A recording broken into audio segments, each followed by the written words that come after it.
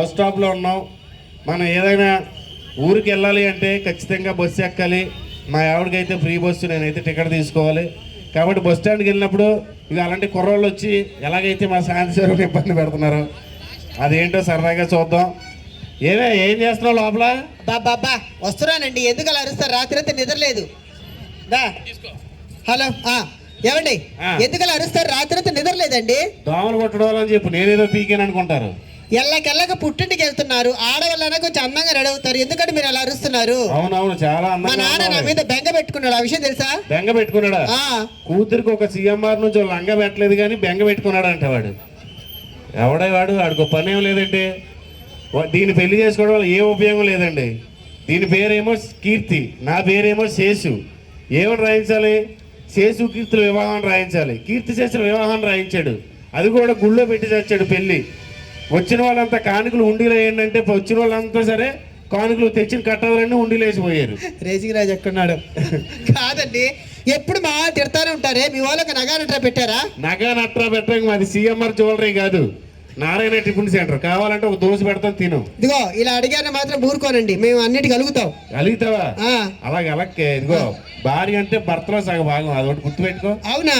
అంటే ఇప్పుడు మేము ఏడిస్తే మేము ఏడుస్తాం, మేము నవ్వితే మేము నవ్వుతాం, మేము పైనుంచి దూకితే ఇంకాస్త ఎక్కువ నవ్వుతాం. దోకండి, చెప్తున్నాం మీతోటి. హలో, నిన్న సరళతో గొడవ వేసుకున్నావు, ఏంటి అది? అదా, పొద్దున్నే ఎవరైనా టిఫిన్ తినే టైంకి ఇంటికి వస్తే ఏమంటాం? టిఫిన్ చేతి రండి అంటాము. మధ్యాహ్నం భోజనం చేసే టైంకి భోజనం చేతి రండి అంటాము. రాత్రి పడుకునే టైంకి వచ్చింది రా పడుకుందాం అన్నం తప్ప. మీకు మర్చిపోయి తల మీద దెబ్బైందిరా. ఇదా, నిన్న మార్కెట్కి వెళ్తా సుబ్బారావు గారు రాడ్ తీసుకుని కొట్టాడు. వాడు రాడ్ తీసుకొడితే నీ చేతులు ఏమి లేదా? ఎందుకు లేదా? అలా ఆవిడ చేయని ఆ చేతుల్లోనే ఉంది. ఎందుకంటే ఇలా మాట్లాడు కొంపదీసి తాగొచ్చారా? అవును, మరి సాయంత్రం అయితే ఈ టైం అయితే తాగొస్తాం. ఎలాగో 2 పెగ్గలు పడాలి, అంతే కదా. ఏ తప్పేంటి అందులో? ఎంతమంది వేసి వచ్చారు ఒకసారి చెప్పండి. అందరా చెయ్యొత్తాడమ్మో. ఎందుకంటే మీ మగాళ్ళు ఇలా తాగుతారు. ఆ తాగే డబ్బులుంటే ఒక పెద్ద కారు కొనుక్కోవచ్చు కదా. మీరు ఆ మేకప్ వేసుకోవడం మానేస్తే ఆ డబ్బులతో హెలికాప్టర్ కొనుక్కోవచ్చు, తెలుసా? హలో, నవ్వొద్దు. మేము మేకప్ వేసుకున్నది మీ అందరి కంటికి అందంగా కనిపించడానికి. మేము తాగేది కూడా మీరు మా కంటికి అందంగా కనపడడానికే. చెప్తున్నాం చూడలేక. నైటీలు, ఓన్లీ నైటీలు అంతే.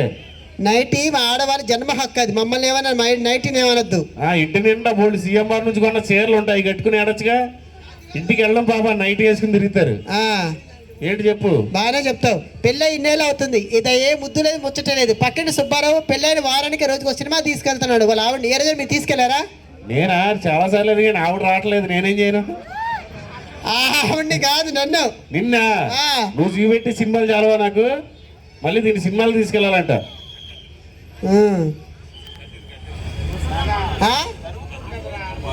సర్లే. ఏమండి, ఇదిగో మీరే న్యాయం చెప్పండి.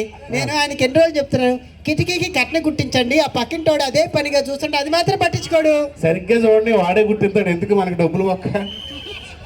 కనీసం బాత్రూమ్ డోర్ పెట్టించండి. ఆ